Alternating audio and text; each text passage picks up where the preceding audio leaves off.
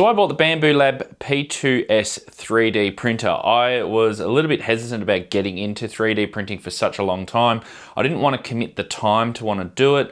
But what I found with this printer is that it is so easy to set up and get started with 3D printing. I was really keen. I went out and bought one of these, and there's a few things that I've learned along the way, and I wanted to share them in this video with you. Now, at the moment, I've done about 75 hours of printing on this machine, and I wanted to go through some of the things that I wish that I knew beforehand that I've learned along the journey, and it will help you to get up to speed and a little bit quicker in learning how to use this device. 75 hours is not really a long amount of time that I've used this. It's around about 2 weeks, but there is a heap of stuff that I have learnt that I think will definitely help you out. Now, the first thing I wanted to share is your first print. Now, most people go and print like a little 3D benchy, little model boat, which I have done before. But the first thing that I actually printed was this. It was a bed scraper. Now, as you can see, the material has deformed quite a bit. I just printed this out of simple PLA.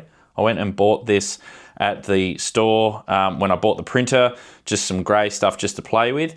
So I would print this again with PETG, or I would use the blades that actually come with the printer in the toolbox.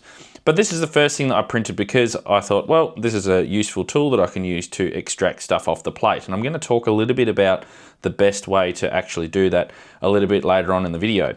This was my first print, but then my second print is actually all the way around the back here. You can see that it is a poop chute. Now, this is quite a large one, and I'll put all of the links below to all of the designs and everything that I mentioned in this video, and links below. But you can see here that every time you do a print, you get these little waste pieces. So every time the filament's changed or they end up starting a print, they spit out a little bit of filament, and then you end up with these bits and pieces. Now, normally if you don't actually have something to catch them at the back, they just get shot out straight out the back of the printer, which is not really ideal. So I printed this, and this was, my second print, and this just bolts back onto the back of the printer using existing 2 screw holes, and it's quite a nice, easy print to get started with. Now, the next thing that I printed, and you'll probably just notice this if I opened up the AMS2 Pro here on the top, you'll notice that I actually use bamboo filament for a majority of my filament here. I do have some third-party filament, which works really good. But you'll notice that this one here is a little bit different. And that's because this particular spool has been printed because I ended up ordering a whole bunch of filament. It was on special with Bambu for their anniversary sale. And I ended up getting filament which was refills, because I got all of these ones with spools, and I thought, well, if I've got like 10 spools, I won't need any more spools. Well, that's good until you realize that if you want to use a color and you haven't used up one of the spools yet, then you need to print your own. So this is one of the designs. It's actually really good. You'll see here that it's printed out nicely. It comes with the screws that you use to put these together. You basically just butt these two against the refill, and then what you do is you can then remove the tags to unravel the spool. Don't do that obviously until you've put the two or put the spool on, because otherwise you'll get filament just going everywhere. This particular spool also comes with slots there in the side, so you can put your filament in there when you have it in storage as well. Now, the other thing that I will say too is, again, I mentioned that I do use Bambu filament. I got it on special. It was much cheaper than buying it anywhere else when it is on special, so keep an eye out for those. But it's really easy to load this in, because you simply just feed it in like you normally would. The printer then feeds it in, does its little thing, checks out what's going on.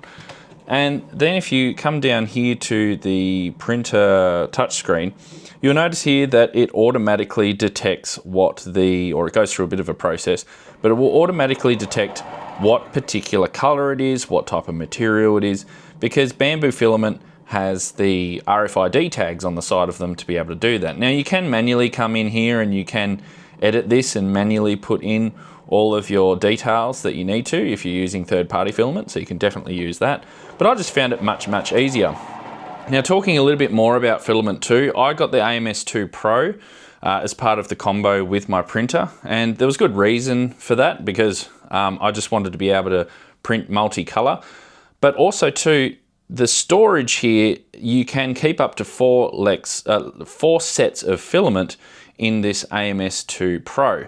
Now, the key is also when storing filament is you want to make sure that your humidity is really low. So you can see here that I've got a 32% humidity at the moment because I've just opened it up. Now I wanted to lower that down. So if we just open it up here again, I actually printed these little desiccant holders, if I can actually get that out, which I don't think I can because I got the filament in there, but you can see those. These are filled with beads of desiccant. Now there are also two here in the corner that are printed using a different color and a different type of style.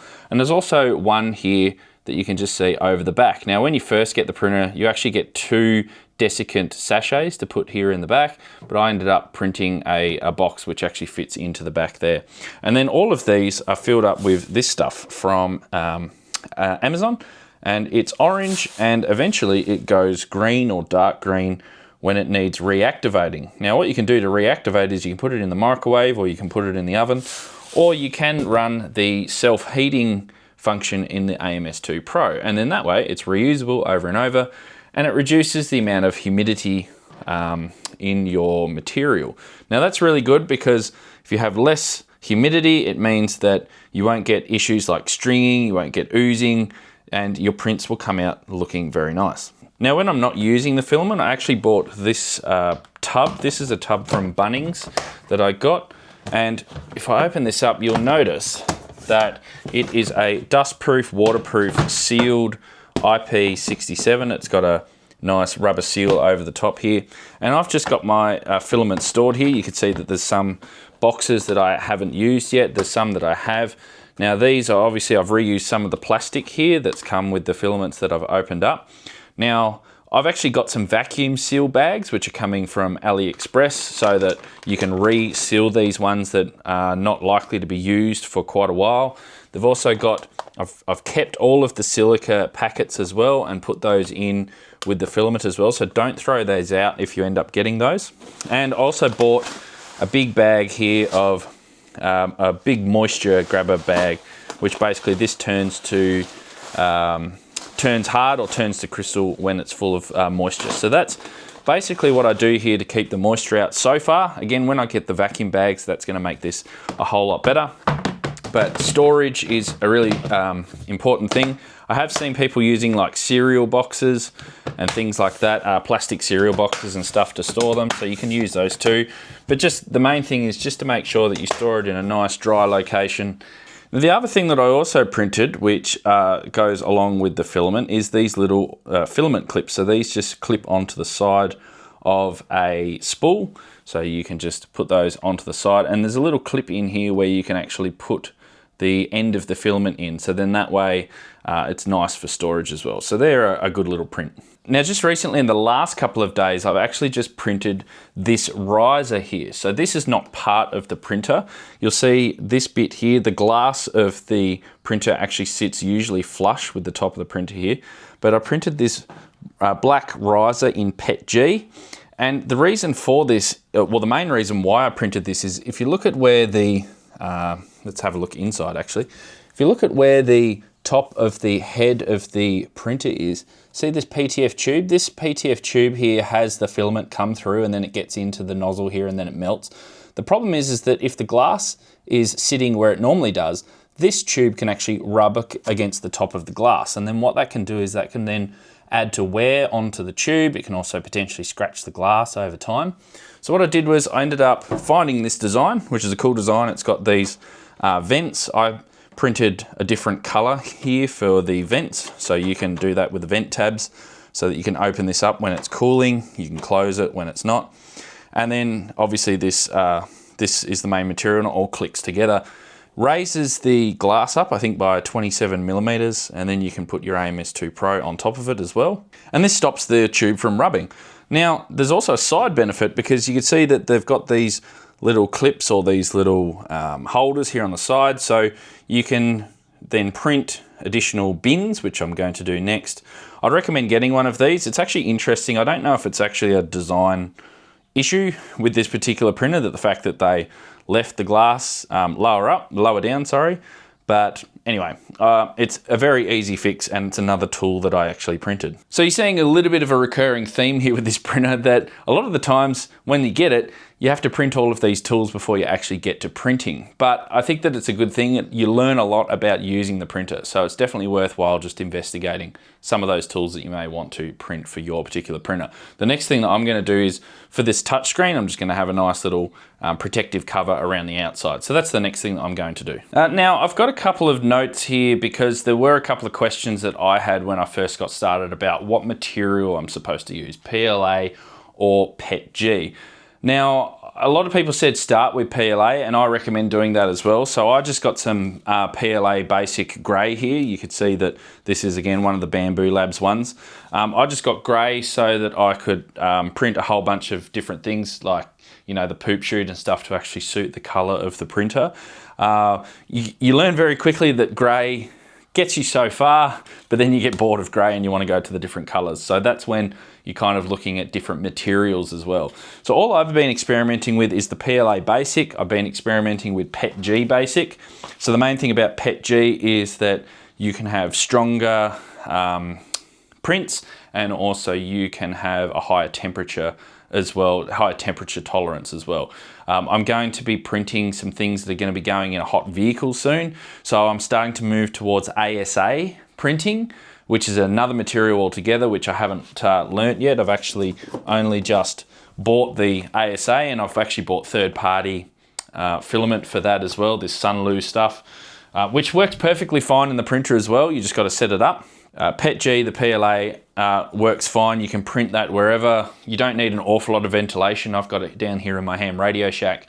But for the ASA and the ABS, the other materials, you do need quite a lot of ventilation. So I just need to think about that and how I'm going to do that here in this particular setup. Probably open up some windows and vent it out. So that's just one thing to keep in mind. Now, I've done, again, 75 hours worth of printing on this printer, and it's just using the textured plate that comes with the printer, which has worked really well. And I haven't cleaned this yet. So it's done over 75 hours and I haven't cleaned this once.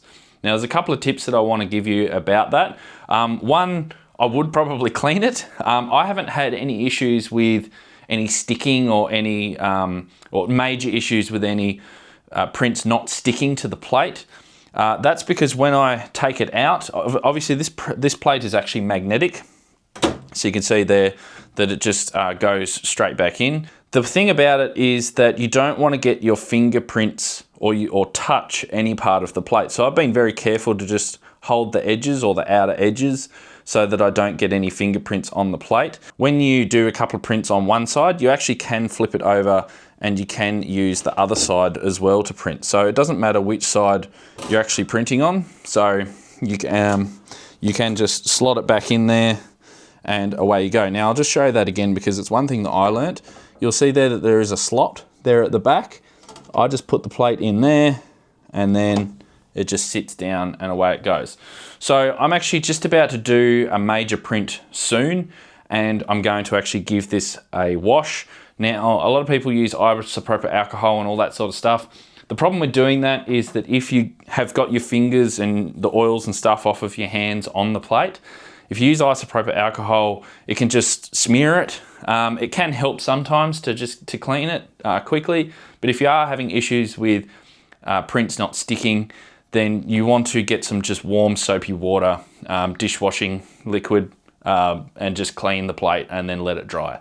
Now, speaking of removing prints from the plate, one of the things that I'll definitely tell you is to wait until it cools down. And I looked this up and tried to figure out when was the best time to actually take any materials off the plate. Some of them are quite easy. These are these little funnels for putting desiccant into the desiccant holders, and they've got a lot of surface area that you can see to just undo off the top of the plate. But then there's also other smaller things, like I built this little tool here, which is a little bit harder to get your fingers on. You can get the scraper underneath it, but again, the easiest way is to let everything cool down to room temperature, and then it's like almost 99% of the time you just pull it off and it will just come straight off the plate and it won't damage anything and you won't have any issues. I have had a couple of issues with the printer. They're not major issues, but I thought that I would share them now while I'm talking about them. The first one is I used some third-party filament, which is some silver stuff here in the top. When I went to feed it in, it wouldn't feed in. It actually got jammed here into the top of the AMS2 Pro, and it kept flashing here saying that it wouldn't go through. Now that was a really easy fix. All I did was I just opened up the cover here, I removed the filament, I just reset the roll, rolled it back a couple of times, put it back in, and it just went away. So it wasn't necessarily a problem with the printer, it's just something that you might come across potentially in the future. Now the other issue that I did have, and it's the only issue that I had in my last print, which I did yesterday, was I printed some bits and pieces which had supports on them, and the supports were so fine that they got, and so small that they got stuck to the top of the plate and they wouldn't come off. I tried scraping it. You could see that's one of the reasons why my scraper doesn't look too good, because I ended up trying to scrape it off the top of the bed and it just wouldn't work. So what I ended up doing was I ended up waiting for the plate to cool down sufficiently, and then I put this in the freezer for 10 to 15 minutes. And then it was able to, I took it out, and then I was able to, because this plate is flexible, just flex it a little bit, not too much, just gently flex it, and they ended up popping off. Just a couple of other things with this as well. The slicer software, I found that it's really easy. It's easy to import stuff into the slicer software. You can use MakerWorld, which is the main one, which is Bambu Lab's model catalog. You can also use printables, you can use Thingiverse. I've printed pretty much from all of those and it's been really easy. I just grab the file, I put it in, I just click slice plate, I adjust maybe a couple of parameters. You don't have to adjust too much, but it generally does depend on what it looks like from print to print as far as what you're going to be doing. If you need to change the color of the particular item that you're printing, then you might need to go in and do that. Turning certain settings on and off as well, so that might help. But regardless, you get good prints even if you don't adjust anything at all. You'll see that this is actually a really important print. This is a little cube that I've done here. It is 20 millimeters by 20 millimeters by 20 millimeters. Now this is made out of PETG material, and the reason that I printed this is because when you print with PETG, it can shrink, and you can have issues if you have high tolerances or tolerance values. If you're making something that needs to fit into something else and you want to make sure that it does fit, then you want to make sure that your material doesn't shrink. So what I did was I basically printed this. I got a pair of vernier calipers just to see if the particular material was 20 millimeters, and it was pretty much bang on, which was good. Now, if it isn't, what you can do is, and you can calculate this out, you can calculate the shrinkage amount in percent. You can go into the Bambu Studio slicer and you can enter that percentage in. You can print another one if you want to, just to double check. But then it means that your shrinkage has been taken into account and you should get much more accurate prints. So it is rather important to be doing, to make sure, just in case you don't want to get through an 8 or 9 hour print and then all of a sudden whatever you've printed doesn't fit into what you actually are trying to do. So that's what I'm going to be doing next. I'm going to be doing my proper print, and now that I've checked it, then I know that it's good to go. It is actually really fun when you start to learn all about this sort of stuff. I didn't want to spend a lot of time learning CAD and all that sort of thing, but I think using something like the Bambu Lab printer line, it makes it really easy. I've got it sitting here on the bench. It doesn't rattle anything, nothing falls down. It's actually reasonably quiet for what it is. I've had this running for a long time over the last couple of weeks, doing all sorts of different prints, doing time lapses and other cool things as well. And I've learnt quite a lot. I've still got a lot more to learn. So I hope that this video has helped you in a beginner's type of guide or tips and tricks for running your Bambu printer. Let me know in the comments below anything new that you may have learned, if this has helped you, or if you want to see more 3D printing videos on this channel, then please subscribe, give it a thumbs up, and I'll see you in the next video.